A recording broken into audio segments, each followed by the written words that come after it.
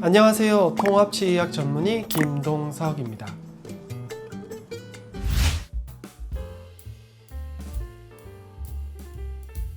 오늘은 틀니와 임플란트를 비교해 볼 건데, 틀니보다 임플란트가 좋은 점이 제가 지금 이거에 대해서 자세하게 조목조목 설명해 보려고 합니다.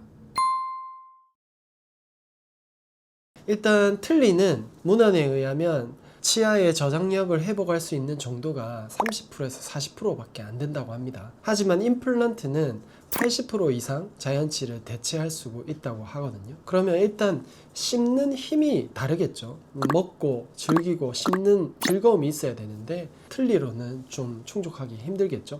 그리고 틀니는 가철식 뺐다 꼈다, 그 다음 저녁에 잘 때 청소하고 관리해야 되는 불편함, 또 찐득찐득하거나 단단한 거를 먹었을 때 갑자기 식사 도중에 빠질 수 있는 불안함이 있을 수 있습니다. 하지만 고정식으로 연결하는 임플란트는 단단히 스크류로 고정되어 있어서 식사하시거나 잘 때 빼서 청소할 필요는 없는 거죠. 일반 자연치처럼 양치를 부드럽게 해주시고 치아 사이에는 치간 칫솔이나 워터픽으로 청소를 하면 좋습니다.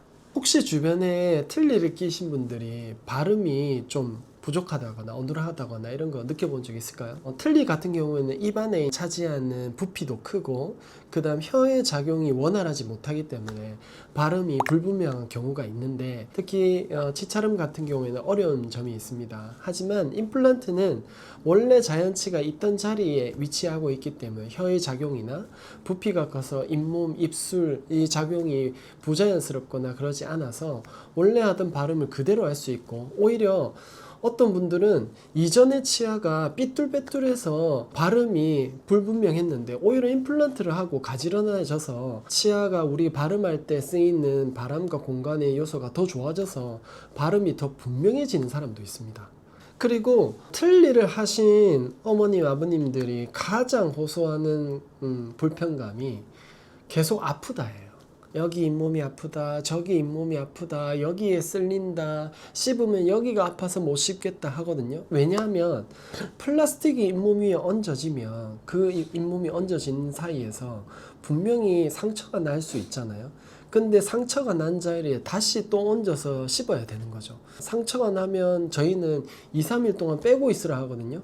그럼 빼고 있다가 다시 끼우면 또 잘 안 맞아요. 그럼 또 아프고, 그러면 저희 병원에 와서 그 안에 있는 내면을 조정해서 드리면 또 쓸 수 있는데 또 가서 또 상처가 나는 거죠. 특히나 틀니를 쓰시는 분들이 침이 자주 마르는 구강건조증이 많이 생기거든요. 그러면 잇몸이 건조해 있어서 상처가 더 날 수밖에 없는 악순환이 생길 수 있는 거죠. 이에 반해서 임플란트는 치아에 있던 원래의 자의 잇몸의 가장 높은 부분만 덮고 있기 때문에 그렇게 상처나거나 뭔가 덮여 있어서 궤양이 생기거나 이럴 일은 없는 거죠. 그냥 양치만 자연스럽게 해주면 우리 일반 치아처럼 관리 잘하고 쓸 수 있습니다. 그리고 틀니는 우리 뼈 안에 있는 고정체와 연결된 게 아니라 잇몸 위에 얹어 있기 때문에 언제든지 빠질 수 있고, 특히나 아래 턱 같은 경우에는 틀니를 잡아줄 수 있는 구조물이 없다 보니 틀니 만들기도 어렵고, 잘 만들었다 하더라도 발음을 하거나 식사를 하거나 아니면 좀 단단하고 끈적한 걸 먹거나 하면 빠질 수 있는 거죠. 그래서 항상 식사를 할 때 두려운 감이 좀 있습니다. 불안감과. 근데 임플란트는 우리 뼈에 단단한 임플란트 식립체가 고정되어 있고 거기에 우리 치아를 씹는 보철이 스크류로 연결되어 있기 때문에 빠지거나 흔들리거나 할 일이 없는 거죠. 그래서 환자분은 임플란트 하고 난 뒤에 가장 큰 장점이 마음 편하게 식사할 수 있다, 이거였거든요. 그런 얘기도 하세요. 틀니는 입천장 전체를 덮고 있어서 내가 식사를 해도 요즘 뭘 먹는지 모르겠어. 예전에는 80세 어르신인데 덩치도 크시고 식사도 잘 하시는 분인데 요즘은 친구들이랑 식사를 하고 가면 도대체 이 음식이 무슨 맛이 나는지를 몰라서 잇몸으로 느끼기 위해서 틀니를 볶고 드신대요. 그러면 어떻게 씹냐고 하니까 그냥 잇몸으로 오물오물하고 넘겨버리신대요. 그러면 임플란트는 그 잇몸과 촉감과 그걸 다 느낄 수 있고 임플란트를 통해 압력을 느낄 수 있다면 일반 자연치로 식사하는 거와 거의 동일한 거죠. 그래서 환자분은 맛보고 즐기고를 누릴 수 있는 거죠. 사실 틀니 비용이랑 전체 임플란트의 비용이랑 처음에 시작하는 점은 너무 차이가 많이 납니다. 그래서 오히려 틀니를 하는 게 쉬운 선택이고 걱정 없는 선택이라고 생각할 수도 있는데 틀니는 정말 치과에 자주 오셔야 돼요. 틀니가 들썩거려서 조정해야 되죠.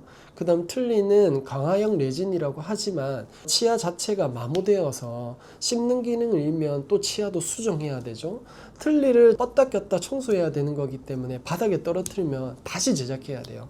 몇 달, 수년간의 그런 고통을 감내하면서 교환하고 수리하고 교환하고 수리하는 과정을 계속 반복해야 되고, 그리고 시간이 지남에 따라 틀니가 잇몸과 뼈를 누르고 있기 때문에 자연적인 생리작용으로 뼈가 점점점 흡수되어 줄어들고 있거든요. 그러면 틀니를 다시 만들어야 되고, 그 틀니를 다시 만들면 그 악순환은 계속 반복되고, 그러면 나중에 임플란트를 하고 싶어도 못할 수 있는 상황이 생기는 거죠.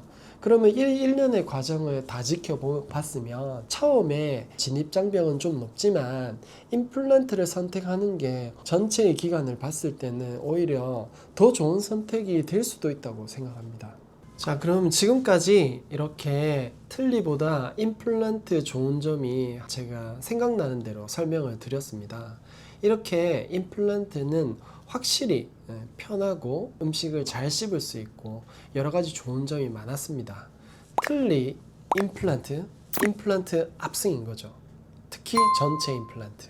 그래서 틀니는 고전적으로 예전부터 전해 내려오는 치료이고 지금도 하고 있지만 전체 임플란트, 오로넥스의 치료는 훨씬 더 진보적인 치료입니다. 그래서 혹시나 다수 치아가 상실되거나 거의 치아가 없으신 분들이 틀니 전체 임플란트를 고민하고 계시다면 전체 임플란트를 꼭 한번 생각해 보셨으면 합니다. 인생의 삶이 달라지고 제 인생의 삶을 느껴보실 수 있는 절호의 기회라고 생각합니다. 지금 그렇게 틀니와 임플란트를 고민하는 시점에 만약에 틀니를 선택하는 거는 고전적으로 예전에 쓰던 삐삐를 선택하는 것과 비슷하고, 지금 임플란트를 선택한다는 것은 지금에 있는 최신 휴대폰을 선택하는 것과 비슷한 상황이라고 생각합니다. 그래서 지금 진보적인 치료 방법인 전체 임플란트를 꼭 한번 받아보시길 추천합니다.